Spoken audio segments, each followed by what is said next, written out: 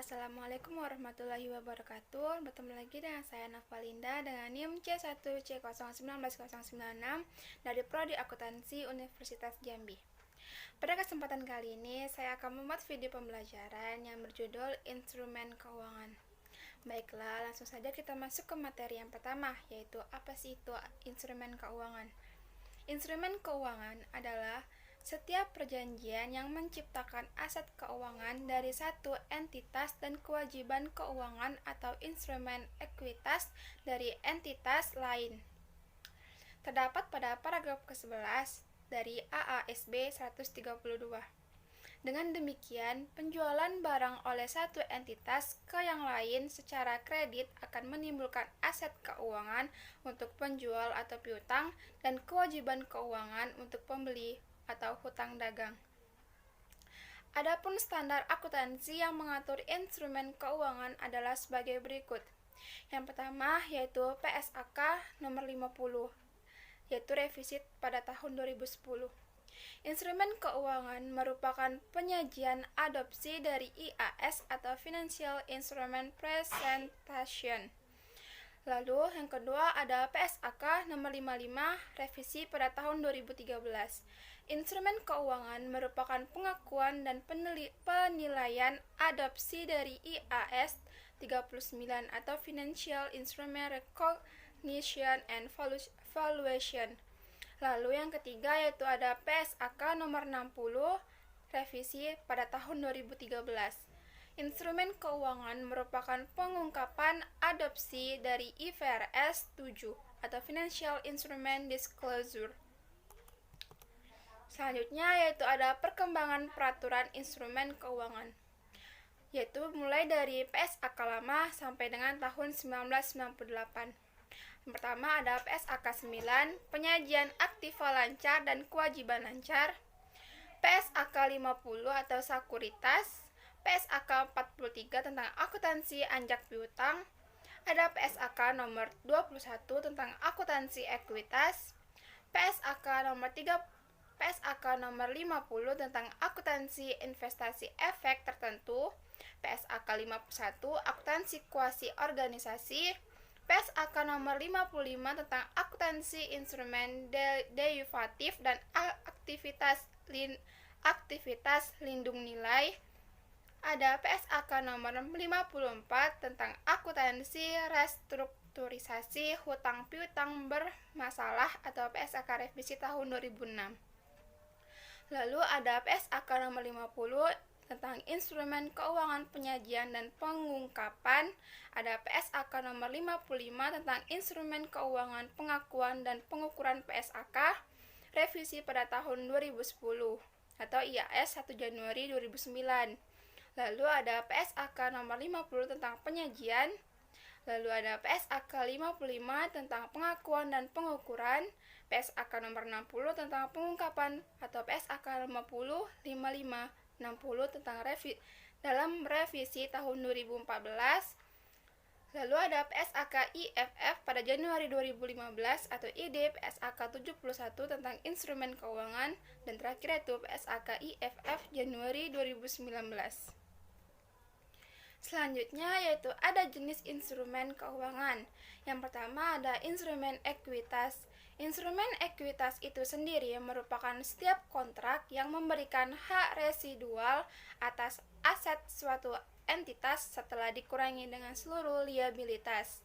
Contoh, jenis instrumen ekuitas yang paling umum adalah saham biasa perusahaan. Yang kedua yaitu ada instrumen keuangan derivatif. Derivatif merupakan instrumen keuangan atau kontrak lain yang termasuk dalam ruang lingkup.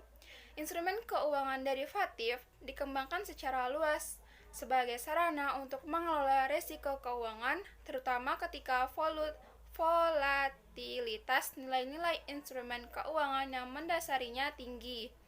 Instrumen keuangan derivatif tidak menghasilkan transfer dari instrumen keuangan utama yang mendasari pada periode ketika instrumen keuangan derivatif tersebut jatuh tempo. Lalu ada instrumen keuangan dapat diklasifikasikan ke dalam kategori berikut, Yang pertama yaitu ada aset keuangan, yang kedua ada kewajiban keuangan lainnya. Ini dia klasifikasi instrumennya. Tentang yang pertama yaitu aset keuangan. Di dalam aset keuangan ada pembagiannya lagi, yaitu yang pertama yaitu ada aset keuangan diukur dengan nilai wajar melalui laba rugi. Aset keuangan diukur dengan nilai wajar melalui laba rugi adalah aset keuangan yang dimaksudkan untuk untuk tujuan dijual atau dibeli kembali dalam waktu dekat. Aset keuangan ini merupakan komponen utama aset perusahaan. Yang kedua yaitu ada investasi dimiliki hingga jatuh tempo. Investasi dimiliki hingga jatuh tempo atau held to maturity atau HTM adalah aset non-keuangan non-derivatif dengan pembayaran tetap atau telah ditentukan dan jatuh temponya telah ditetapkan dan kemampuan untuk memiliki aset keuangan tersebut hingga jatuh tempo. Yang ketiga yaitu ada pinjaman yang diberikan atau piutang. Pinjaman dan piutang adalah aset keuangan non-derivatif dengan pembayaran tetap atau dapat dipastikan yang tidak dikutip dalam pasar aktif. Piutang merupakan klaim suatu perusahaan pada pihak lain. Hampir semua entitas memiliki piutang baik dengan transaksi penjualan atau pendapatan maupun berasal dari transaksi lainnya. Untuk perusahaan dagang dan manufaktur, jenis piutang yang muncul adalah piutang dagang dan piutang lainnya.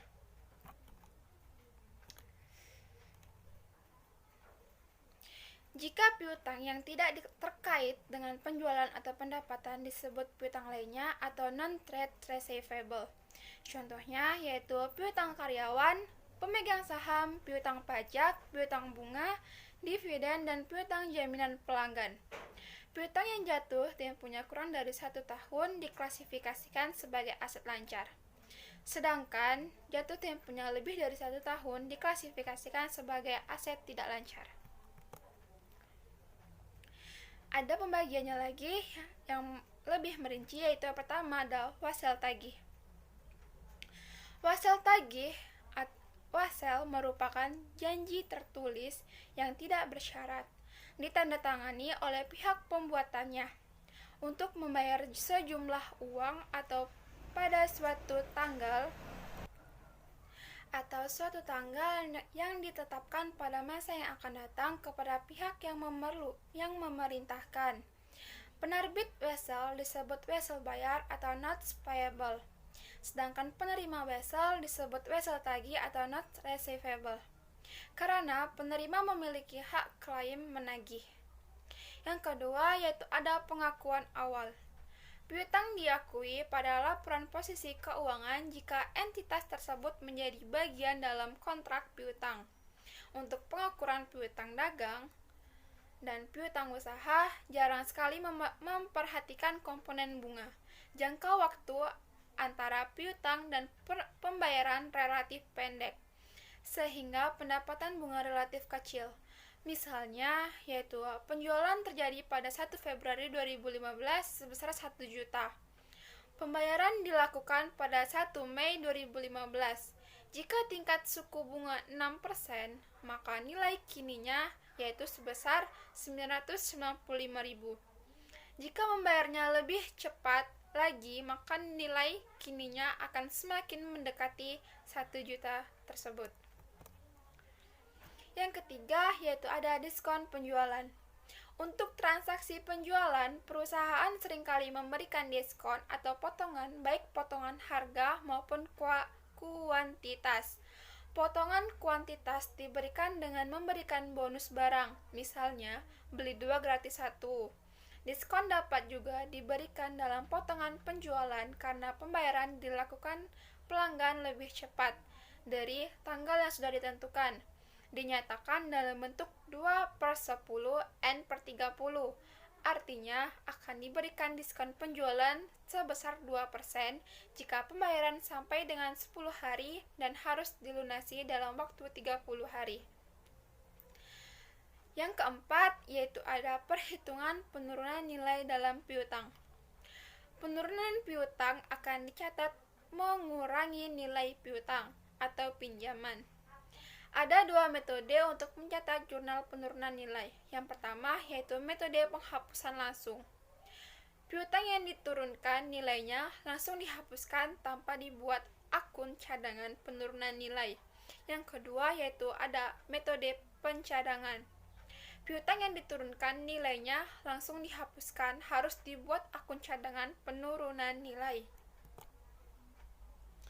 Yang kelima yaitu ada penghentian pengakuan.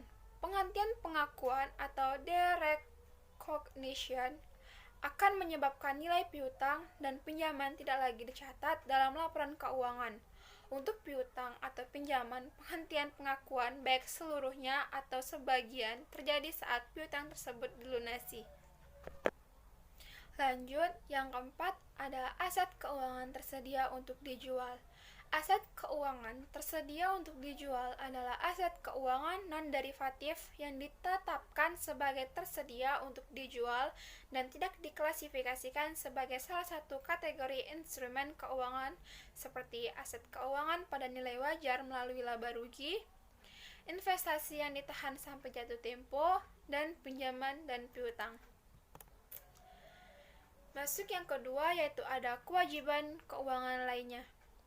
Pada paragraf 48, mewajibkan liabilitas keuangan selain pada nilai wajar melalui laba rugi, diakui pada awalnya pada nilai wajar ditambah biaya transaksi. Pada paragraf 47 dari AASB pada tahun 139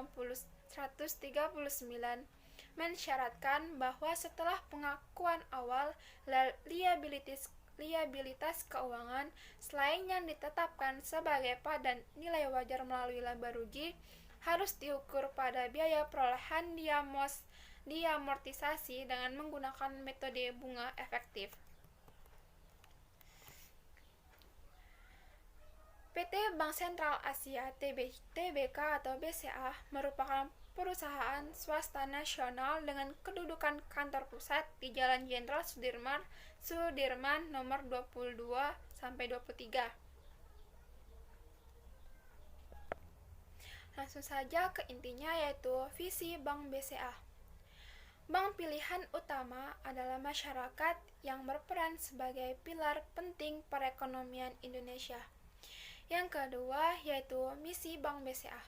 Yang pertama yaitu membangun institusi yang tunggal di bidang penyelesaian pembayaran dan solusi keuangan bagi nasabah bisnis dan perorangan.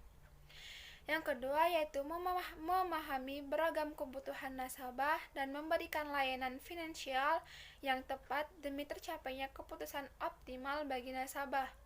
Yang ketiga yaitu ada meningkatkan nilai finansial dari nilai stakeholder BCA. Jadi dapat kita simpulkan dari materi tersebut adalah informasi akuntansi harus memiliki relevansi nilai yang bermanfaat bagi investor dalam pengambilan keputusan investasi. Penggunaan informasi akuntansi yang akurat oleh pengguna laporan keuangan seperti investor, kreditor, dan calon kreditor memiliki peran yang besar, yaitu sebagai dasar pertimbangan apakah investasi yang akan dilakukan nantinya akan mendapatkan keuntungan dan kerugian dari kegiatan investasi. Sehingga pada proses penyajian dan pengungkapan instrumen keuangan harus sesuai dengan standar-standar akuntansi yang berlaku, yaitu PSAK nomor 50 tentang penyajian instrumen keuangan, PSAK nomor 55 tentang pengakuan dan pengukuran instrumen keuangan, dan PSAK nomor 60 tentang pengungkapan instrumen keuangan. Baiklah, sekian penjelasan materi dari saya. Saya mohon koreksinya kembali. Saya akhiri. Wassalamualaikum warahmatullahi wabarakatuh. Terima kasih.